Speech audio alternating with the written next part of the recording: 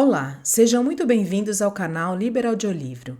Eu sou a Giovana e hoje vou ler a terceira e última parte do conto O Regresso do Filho, de Florbela Espanca. Vamos à leitura.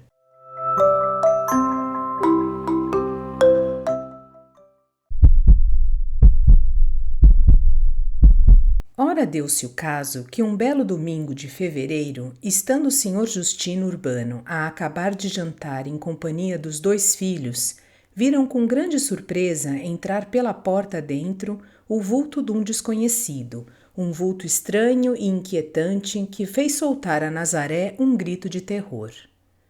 Parecia efetivamente um maltês, um desses mendigos vagabundos que costumam rondar pelas herdades ao lusco-fusco, rosnando a súplica que é quase uma ameaça da tigela da sopa e do agasalho para a noite. Vinha enrolado quase até as sobrancelhas, numa manta velha cujas pontas tocavam o chão. Trazia na mão direita um grosso cajado a que se arrimava, na esquerda um saquinho de chita, onde mal podia caber uma muda de roupa. Mal podendo ter-se nas pernas, amarelo como um círio, o homem desembuçou-se um pouco, encostou-se à porta e, numa voz que a emoção enfraquecia e os soluços embargavam, murmurou: "Padrinho, sou eu." O senhor Justino Urbano deu um salto como se um aguilhão o picasse ao reconhecer naquele espectro o afilhado, e correu para ele abraçando-o a rir e a chorar, num alvoroço. "Ó Justino, ó rapaz!" A Nazaré debulhada em lágrimas e o Francisco foram-no amparando, levando-o devagarinho para uma cadeira baixa ao cantinho da chaminé. O senhor Justino Urbano parecia doido. Fazendo grandes gestos, não deixando falar ninguém, fazia andar tudo numa poeira, dando ordens e mais ordens, todo entregue à mais inebriante alegria da sua vida. "Deixa lá, homem, tira-te daí, Francisco", berrava para o filho. "Deixa-o tomar ar, com os diabos. Vai buscar lenha seca à loja." "E tu, boca aberta", gritava voltando-se para a filha, que de pé considerava o Justino com os olhos rasos de água. "Que estás para aí parada como um andor? Despacha-te, vai matar um frango, põe água a ferver, anda, mulher."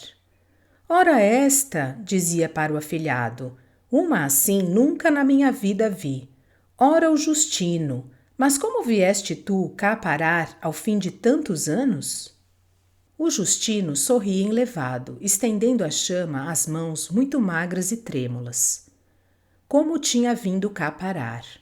Como os regatos vão parar ao mar, a planta ergue a haste para o sol e as nuvens se fundem nos horizontes. A terra chamara-o sempre e longe dela nunca a sorte o bafejara, nunca. Ai, as saudades que ele tinha tido! Naquelas terras de África exuberantes e riquíssimas, entre aqueles extensos milharais de um verde intenso e cru, no meio de toda aquela opulenta vegetação carnuda e forte, crescendo a doida, lamentara do mais fundo da sua cismática e austera alma alentejana os seus campos incultos, as suas charnecas bravias, o cheiro a feno, a ervas amargas a tostado, os seus pequeninos prados, colchas bordadas a malmiqueres e a botões de ouro que a primavera estendia à beira dos raros regatos, os ondulantes trigais salpicados de papoilas, toda a sua terra a saber a rosmaninho e alecrim, toda a sua linda província recolhida e calma, que ele evocava como uma doce rapariga de rosto moreno, olhos baixos e boca séria.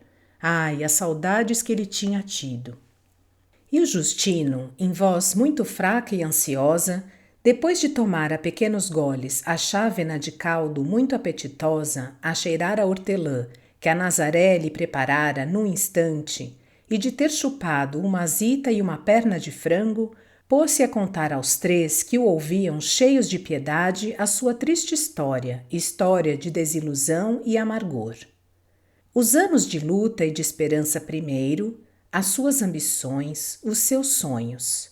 Depois, a sua partida para o interior, o roubo de que tinha sido vítima, a doença, as malditas febres, a falta de recursos, por fim, o hospital. a vergonha que alguém soubesse na terra a miséria em que caíra, o desânimo que dele se apoderara e que o fizera permanecer ignorado e esquecido, dado por morto durante todos aqueles anos.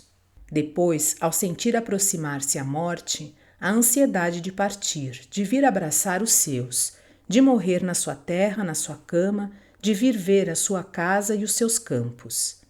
A ideia de ficar para ali, abandonado como um cão, sem ninguém que lhe fechasse os olhos, enchia-lhe a alma de pavor. Numa voz que de vez em quando se molhava de lágrimas, contou depois a medonha odisseia da viagem, tudo o que tinha sofrido, pensando não chegar vivo a casa, com o pensamento atroz de morrer no mar, de ser atirado para os peixes com um peso aos pés, como um bocado de carne podre. Mas conseguira chegar a Lisboa, depois à vila. Por uma vez tivera sorte. Pusera-se logo a caminho a pé, pois gastara os últimos 5 réis e já não se importava de morrer, agora que estava na sua rica terra da sua alma.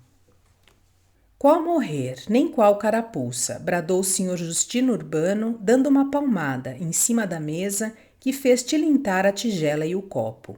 Quem é que fala em morrer?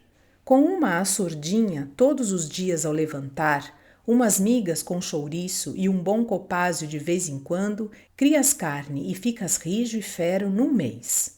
O Francisco também assim chegou um pelém, e olha para ele a ver se o conheces. A Nazaré e o irmão enxugavam os olhos disfarçadamente. O Justino sorriu, menos pálido, menos trêmulo na atmosfera de bem-estar e de cordialidade de que se sentia rodeado. Agora, tornou o senhor Justino Urbano, lá para a tardinha, quando te sentires com mais força, põe-se o macho ao carro e vamos até as chãs.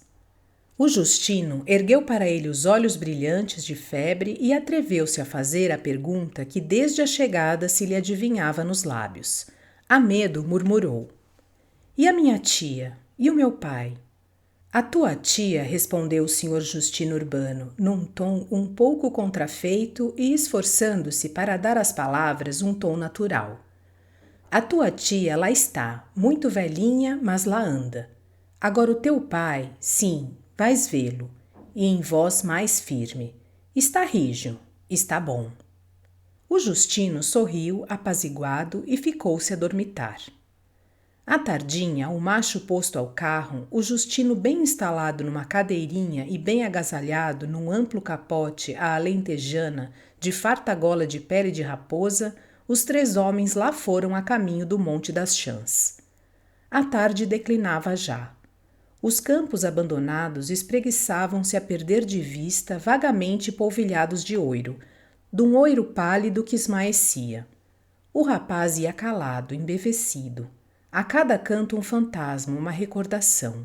A cada volta da estrada uma saudade.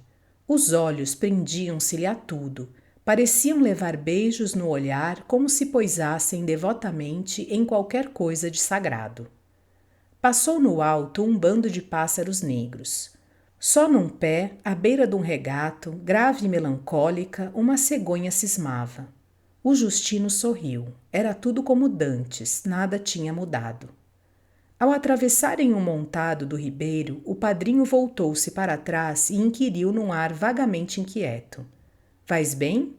Ele acenou que sim com a cabeça. Dali a instantes, o senhor Justino Urbano tossiu, assoou-se e, sem se atrever a olhar para ele, tornou: "O teu pai, não o estranhes, anda a modos que esquisito de há um tempo para cá." E ao ver o rapaz sobressaltar-se: "Não é nada de cuidado." Apressou-se a explicar: "Velhice. Ele já deve andar pelos 70. É mais velho do que eu um bom par de anos."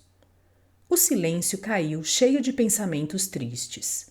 O Francisco, para se animar, começou a assobiar as saias daquele ano.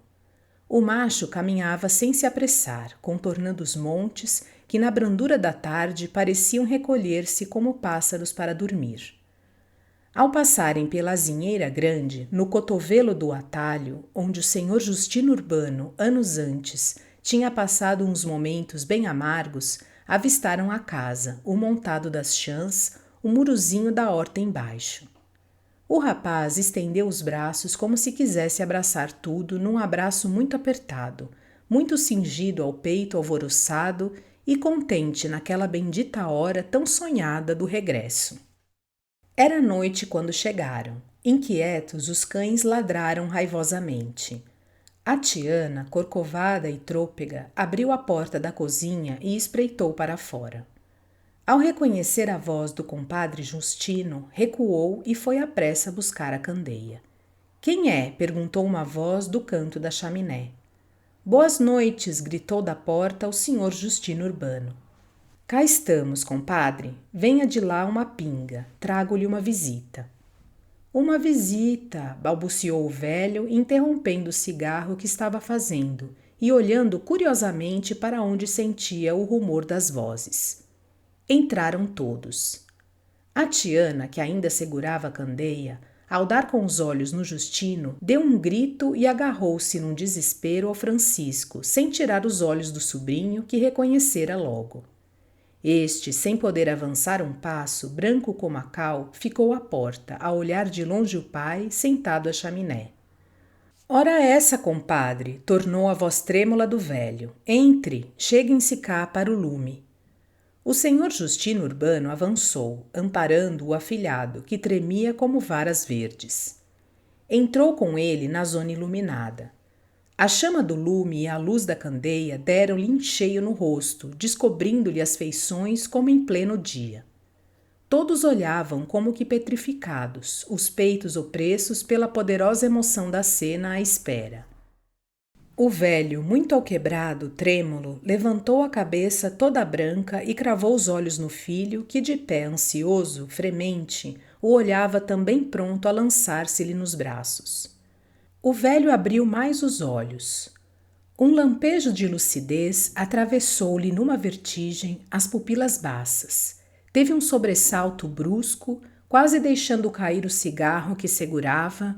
O rosto contraiu-se-lhe numa expressão de ansiedade, de angústia, num esforço de compreensão, de tortura inenarrável, e os braços ergueram-se-lhe instintivamente no largo gesto de quem vai abençoar.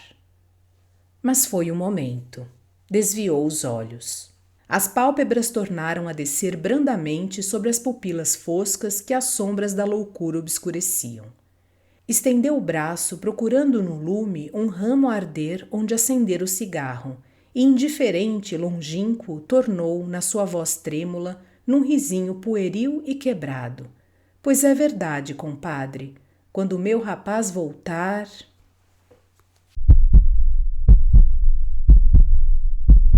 Desejo que tenham gostado do conto O Regresso do Filho, de Florbela Espanca. Obrigada por sua companhia e até a próxima.